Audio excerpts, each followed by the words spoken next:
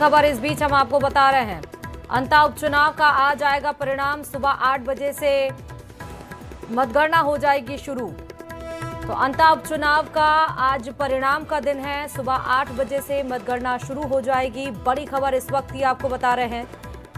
मतगणना के लिए सभी तैयारियां पूरी कर ली गई हैं। 14 टेबल्स पर 20 राउंड में ईवीएम मशीनों से आज वोटों की गिनती सुबह 8 बजे से शुरू होगी। मतगणना की शुरुआत डाक मतपत्र की गिनती के साथ शुरू होगी। वहीं 14 टेबलों पर 20 राउंड में ईवीएम मशीनों से वोटों की गिनती होगी। सुबह 8 बजे से 14 टेबल्स पर 20 राउंड में गिनती शुरू हो जाएगी और तब पता चलेगा कि आखिरकार 15 प्रत्याशियों में से किसने मारी है अंता के उपचुनाव में बाजी। हालांकि 15 प्रत्याशी हैं, लेकिन मुकाबला त्रिकोणीय रहा।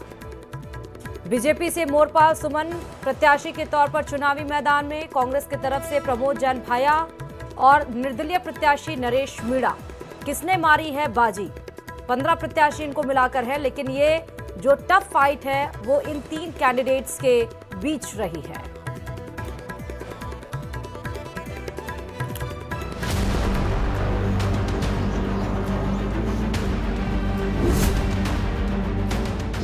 परिणाम का दिन पूरा होगा प्रण। सुरक्षा घेरे में ईवीएम, कड़ी निगरानी। अंता की सत्ता का कौन होगा किंग? नतीजों का काउंटडाउन, धड़कनें बढ़ी।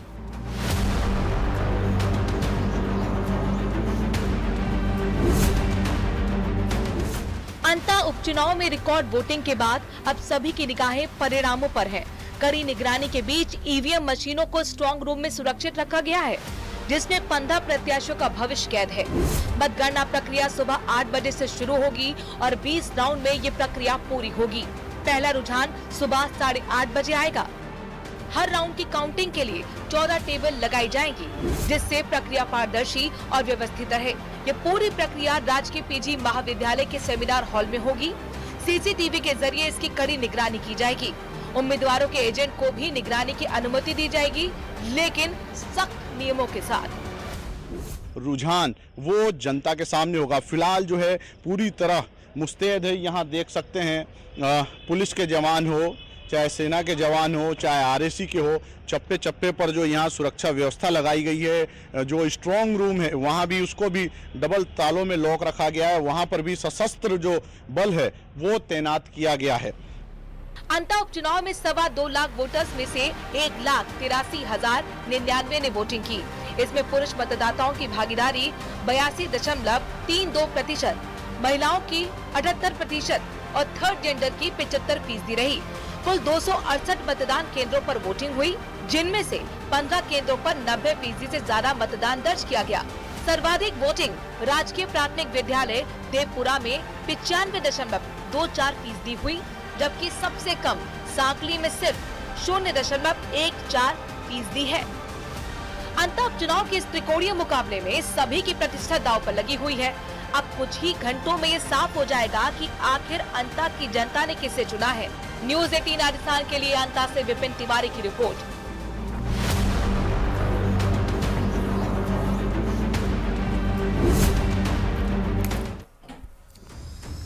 नमस्कार, बहुत स्वागत है आपका अंता की रण में। मैं हूं आपके साथ श्रुति श्रीवास्तव।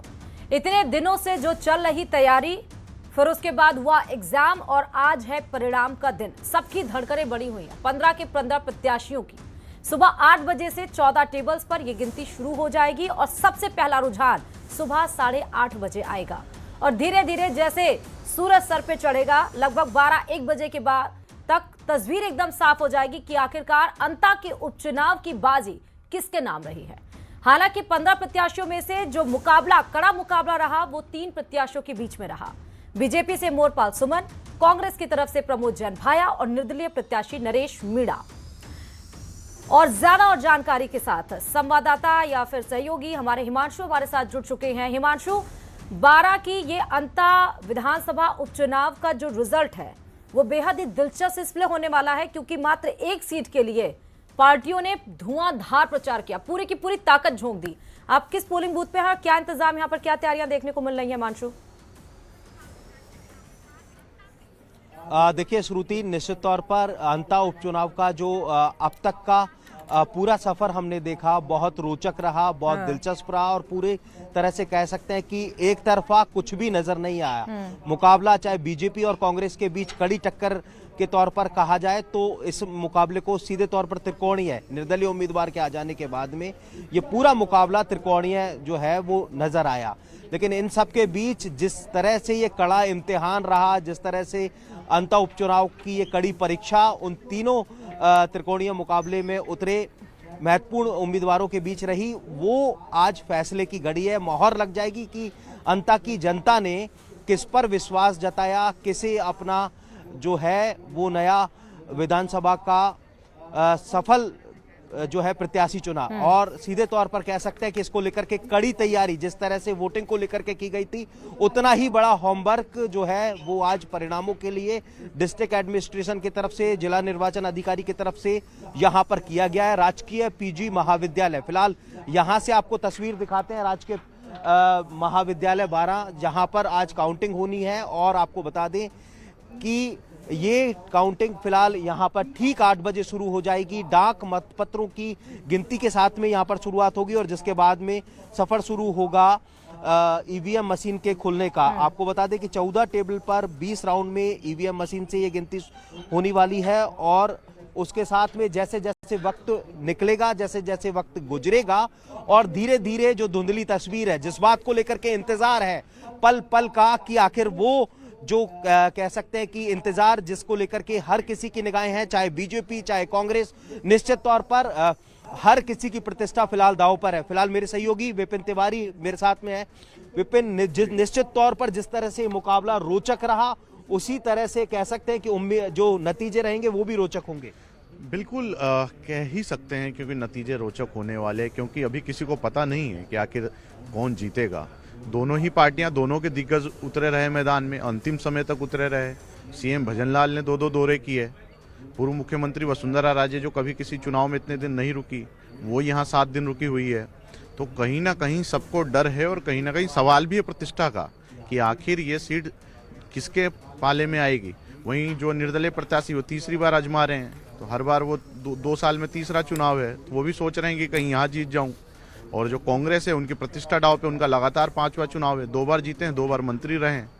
तो डाउट सबको है, कोई भी संशय में है, सभी किसी को तय नहीं है, किसी को नहीं लग रहा है कि ये रिजल्ट जो परिणाम है हमारी ओर है। हमारी ओर है। देखिए ये बहुत बड़ी बात विपिन ने कही कि कोई भी इस बात को लेकर के आश्वस्त नहीं है कि ये परिणाम हमारी ओर है, क्योंकि जिस तरह से मैंने कहा कि पूरा की पूरा अंता उपचुनाव का रण अब तक रहा है, ये सफर रहा है, वो बहुत कठिन रहा है, बहुत त्रिकोणीय और बहुत कांटे की टक्कर के साथ में रहा है। और उसी तरह के परिणाम आने की जो उम्मीद है वो की जा रही है, क्योंकि एक तरफ बीजेपी की बात करें तो जैसा विपिन ने बताया कि पूरी तरह से तमाम दिग्गजों ने कमान संभाली। खुद मुख्यमंत्री यहाँ पर 2 बार आए, पूर्व मुख्यमंत्री वसुंधरा राजे ने लगातार इसकी कमान संभाली, क्योंकि महत्वपूर्ण बात ये भी कि इसे वसुंधरा राजे के लिए प्रतिष्ठा का चुनाव कह सकते हैं, क्योंकि उनके खुद के बेटे जो है दुष्यंत सिंह, वो 12 झालावाड़ से सांसद आते हैं। निश्चित तौर पर वसुंधरा राजे का गृह जिला माना जाता है, उनका गढ़ के तौर पर इसे देखा जाता है।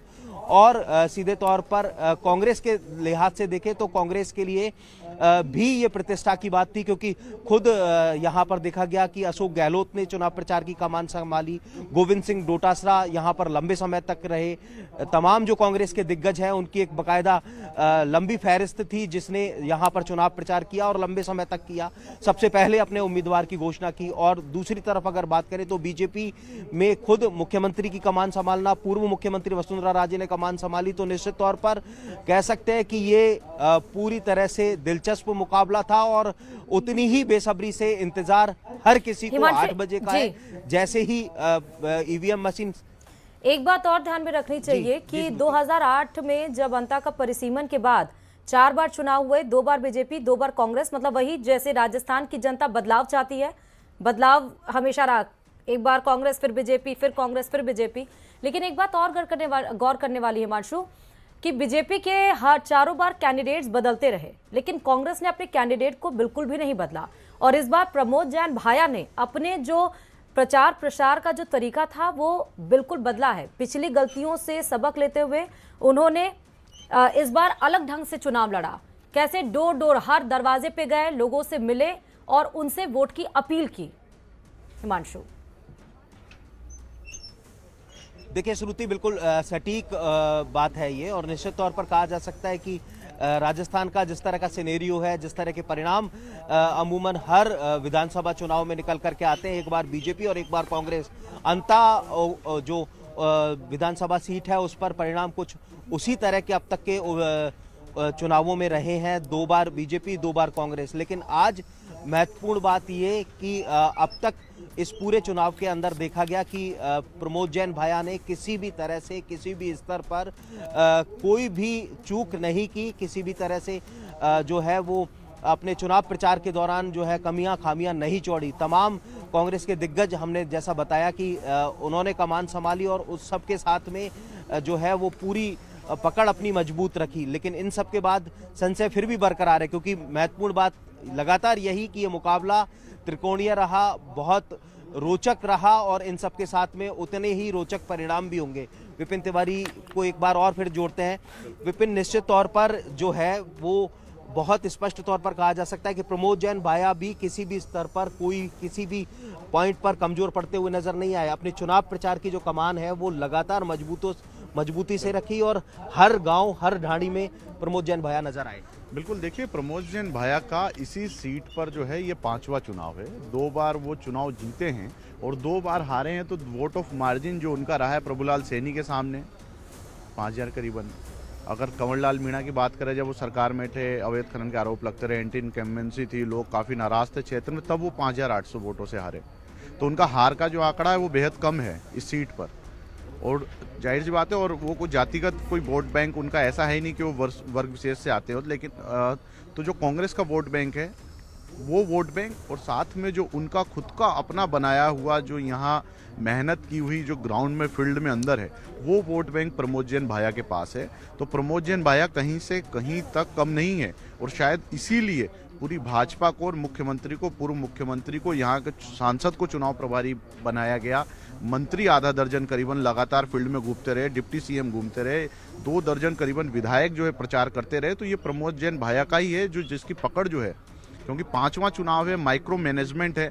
और इससे पहले जब 12 अंता जब सीट 1 थी तो वो निर्दलीय चुनाव जीते हुए हैं इस सीट पर, उन्होंने दिग्गज रघुवीर सिंह को सलू कराया। तो ऐसे में बहुत इंपॉर्टेंट है कि प्रमोद जैन भाया को कम आंकना, न तो भाजपा कम आंक रही, न खुद भी वो इस मेहनत में इन्होंने कोई कसर छोड़ी। देखिए, बहुत सटीक बात विपिन ने कही श्रुति कि किसी भी स्तर पर प्रमोद जैन भाया ने भी इस चुनाव को कमजोरी से नहीं लिया और कमजोरी से बीजेपी ने भी नहीं लिया जो सत्ता में है। और स्पष्ट तौर पर क्योंकि प्रमोद जैन भाया निश्चित तौर पर कांग्रेस के लिहाज से बड़ा नाम है, बड़ा चेहरा है, और जब भी कांग्रेस की सरकार रही है मजबूत जिम्मेदारी के साथ में रहे, यानी कि मजबूत जिम्मेदारी के साथ में उन्होंने कमान संभाली है और 2 बार मंत्री रह चुके हैं। निश्चित तौर पर लोगों के बीच, ग्राउंड रूट पर, जमीनी धरातल पर प्रमोद जैन भाया की एक मजबूत पकड़ है, क्योंकि सोशल वर्कर के तौर पर भी जो है वो 12 जिले में अपनी एक बड़ी पहचान प्रमोद जैन भाया रखते हैं। जिस तरह के सामाजिक कार्यक्रमों के साथ में लोगों के साथ अपनी जो कनेक्टिविटी है प्रमोद जैन भाया रखते हैं, तो निश्चित तौर पर